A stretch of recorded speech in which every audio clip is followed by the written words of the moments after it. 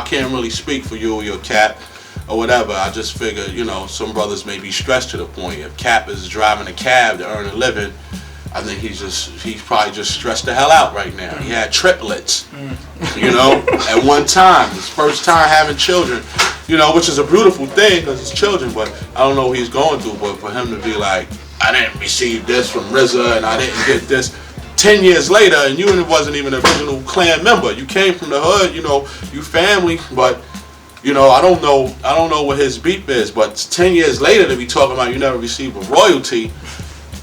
You know, we've been rocking all these years, it really don't make sense. Come on. 1, 2, 1, 2. Yeah. I wanted to work with ODB, but I think ODB is somewhere else right now, you know what I'm saying? And he would probably be one of the people that I would expect to bug out. He's family too, but I would expect that from him, and the majority of people would, because you know how he is. There's been times he cursed him as an owl when he got on TV. You know, you can expect that, but from other clan members, you know, I wouldn't have expected that. But as far as Dirty, you know, I tried to link with him a few times. He's been busy. As far as the Rockefeller thing, it's no different than me being signed to MCA or Meth on the Def Jam. I was writing some stuff for him, but you know, Dirt, his state of mind is he's over here right now at times. So, and we worked together, you know, in the past. Like, and we wrote a lot of our routines together.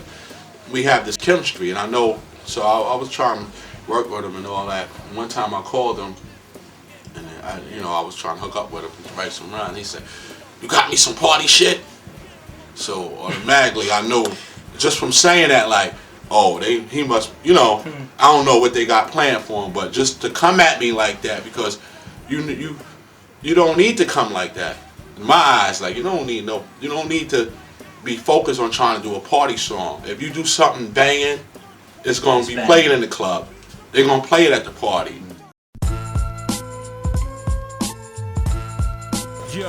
I was in Colorado, and we were in the van, and the guy was playing the CD, the driver, and I just heard my voice, and I was like, "What the hell is that? What?" And it was the Pete Rock song, but it was, you know, he was calling me up for a while. He was trying to get at me. Pete Rock is a cool brother. We've known him for years, and the thing that I like about him is that he never took it personal. He was trying to get at me for over a year. "Jizza, can you just come in?" And he finally got me in the studio, and he never showed any animosity towards me. You know how some people just, oh, he think he too good, or he think, you know, they have this funny vibe. He never did that. Even with Tony Touch, when I got on his album, he was trying to get at me for a while, and then I was finally able to come through and represent, so it was cool. I don't know the name of the Pete Rock song, and I wasn't there when RZA did his verse, and he wasn't there when I did mine, but I did have to hear his verse first to figure out where I wanted to come with it.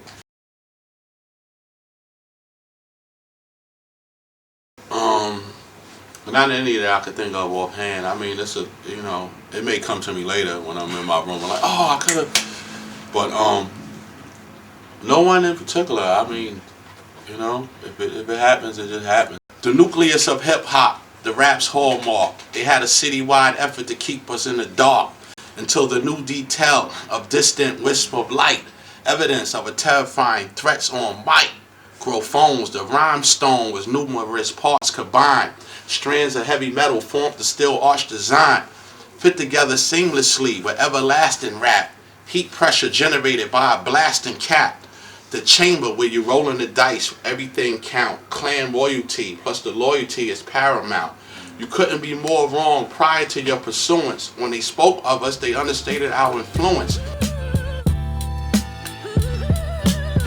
Plan to put out another Wu-Tang album. We've been talking about it, you know. I don't know who's all with it, who's not, you know. I spoke to Mav, he said he might be with it. We all doing different types of things now, and then some of our ideas are changing, and some of the music is changing. Yeah. I mean, it's definitely changing. I think we all need to get under one roof and unify it again. Yeah. But, you know, some of us may be over here, some of us may be over here. And we all have different opinions of what we like, what we don't like. You know, some of us may like this beat, and others don't. Where in the 36 Chambers, we all like the same beat. We all like the same thing. So now we're so far spread out that we need to just come together and unify and just see what we can make. I think, you know, basically if we subgroup it, it'll be easier. The importance of understanding the music business as an artist. How important is it? It's so important because you could get done up.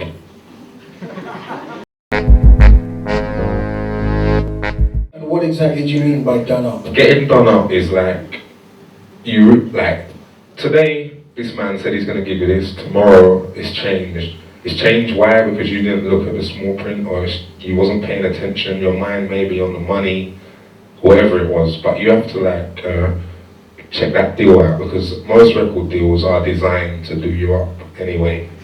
So as soon as you sign a record deal, you can get 100, 200, 300, you think you're a baller, but really, you're doing yourself up.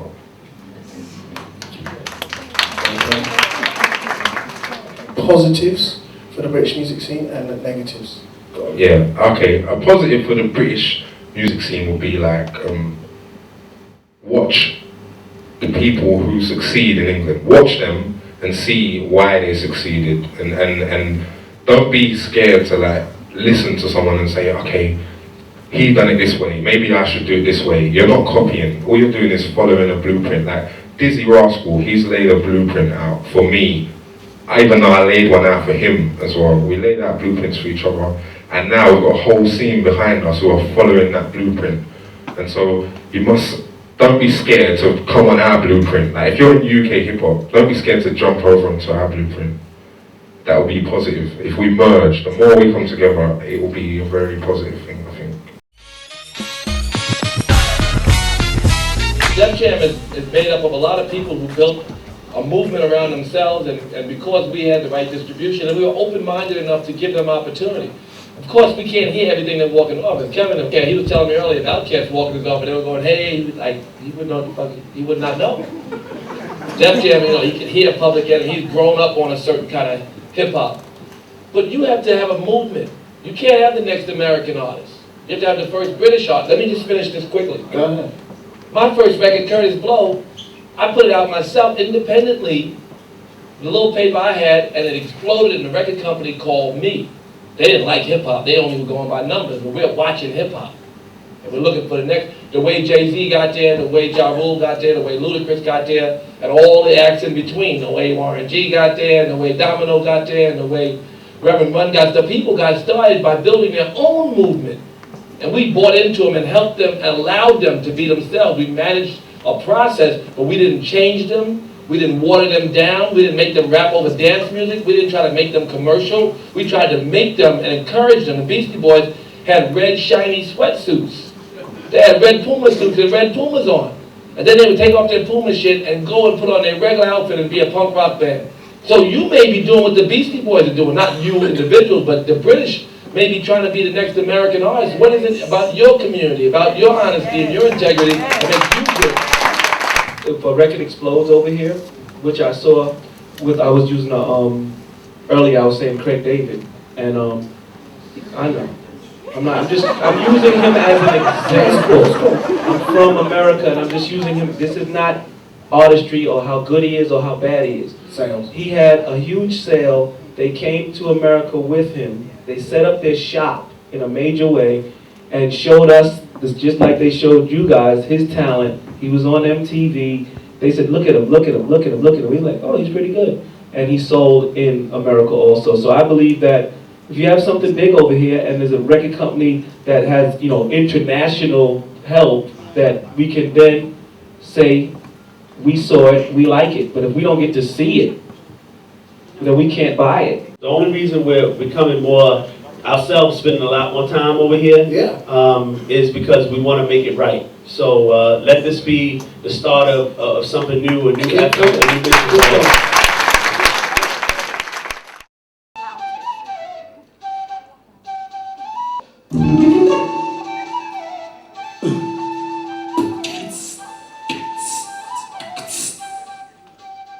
My name's Jay Sean. I'm a singer stroke rapper from West London. I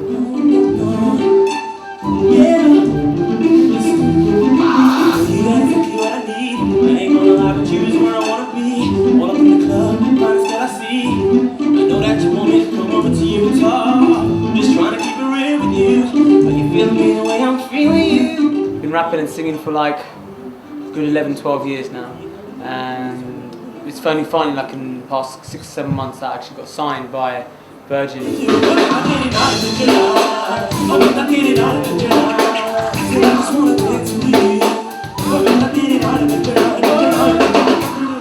actually got really into hip hop when I was like 12 years old. Is when I started. You know, it's kind of like at that age where, you know, you're very influenced by something or another. You know, whether it be footy being, you know, or cricket being a main hobby, or music. For me, it was hip hop.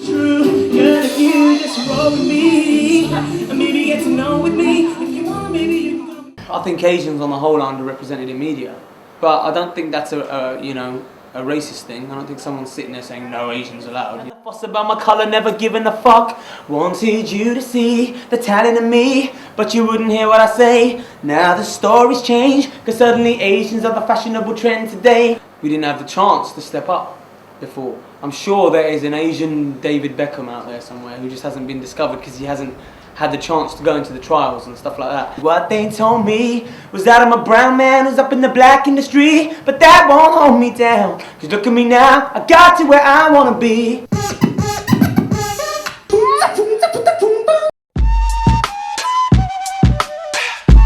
I was at Radio 1 and I was doing an interview there, and Timberland was sitting next to me, and I spit a little rap on air, and he was listening. And then afterwards, he comes up to me and he goes, "Hey man, you got a hot vocal, man." And I went, "Oh thanks, Timberland." It was just really weird. And then later he goes, "Yeah man, I really like that whole Indian vibe you got going on those records." Yeah. He goes, "Where can I get some of those?" And I said, "Well look man," I said, "I'll take you shopping in Southall." You know what I mean? Every shop there has got just pure Indian songs. And I said it as a joke, but he actually did call me the next day. And he goes, "Hey man, alright man, come at 5 o'clock, okay, at the Four Seasons Hotel." It was just like something out of a film, you know what I mean? Four Seasons, bling, and I just kind of went, alright. So I went down to the Four Seasons, I met him up, and we went down in his people carrier, and we had a little chat in the car, and he was listening to my album and stuff like that. And then he went to the shop and he spent like $3,000 on CDs. It was mad, yeah, it's crazy, and wanted a discount as well. Rich. Sure. Johnny D.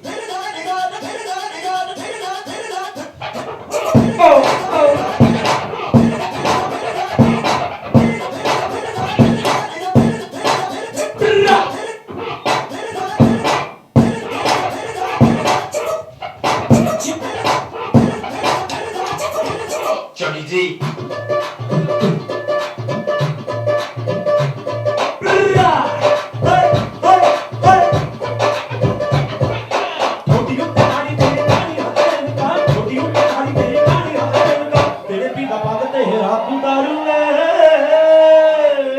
Rich, working with Jay Sean, I'm a music producer, and Juggy D found these two characters last year. We've just been working, you know what I mean, on Jay Sean's album.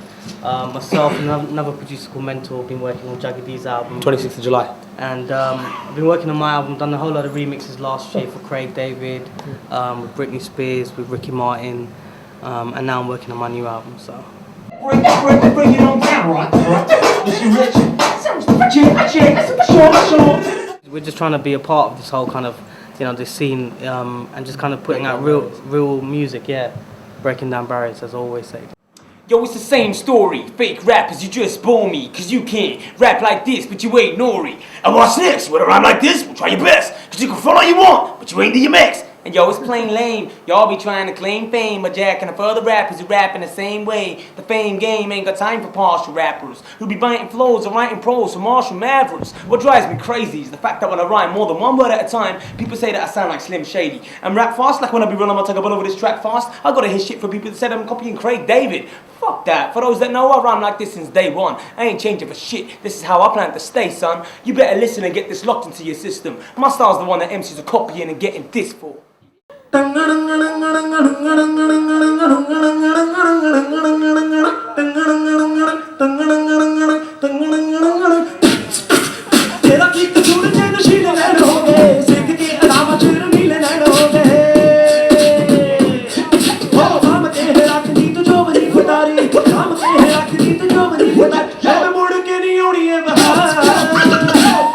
As soon as the beat drop, we got the streets locked overseas. A Punjabi MC in the rock. I came to see the mommies in the spot. On the count of 3, drop your body like it's hot. 1, young, 2, you. Hey, Naila Boss. I am a 19-year-old rapper from East London, Hackney. On my way up to the top.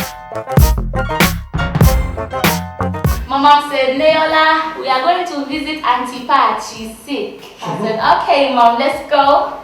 Driving in the car, driving, out of the ends. I didn't even know where we were. Turned up at a factory for an audition for a girl group.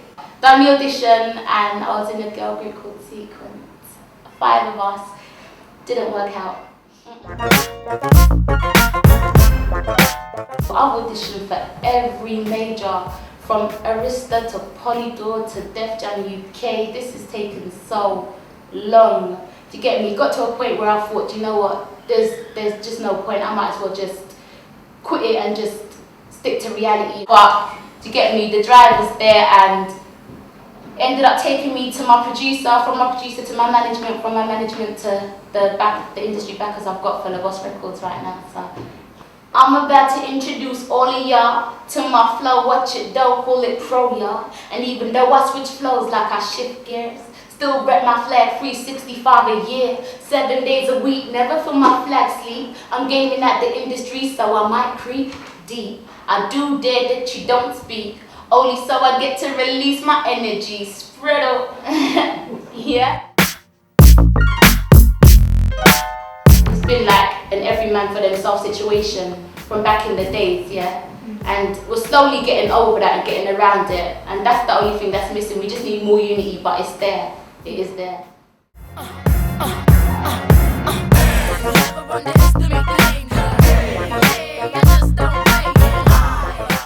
I've been mad, I've been doing mad tour dates. I've been all over Birmingham, all over Leeds, all over Newcastle, everywhere.